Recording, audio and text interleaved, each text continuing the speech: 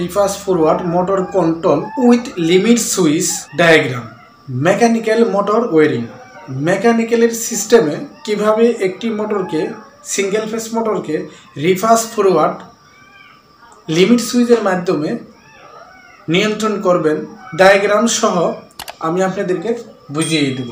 Two পোলের circuit breaker MCB, magnetic conductor reverse forward magnetic conductor, limit switch, দুটা limit switch single phase motor, limit switch 1, limit switch 2।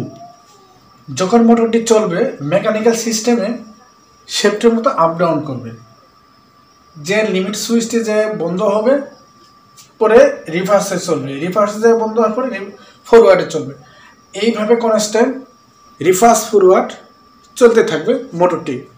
কীভাবে connection করবো সেটা আমরা দেখিয়ে দিয়েছি লিমিটেড সুইচের মাধ্যমে।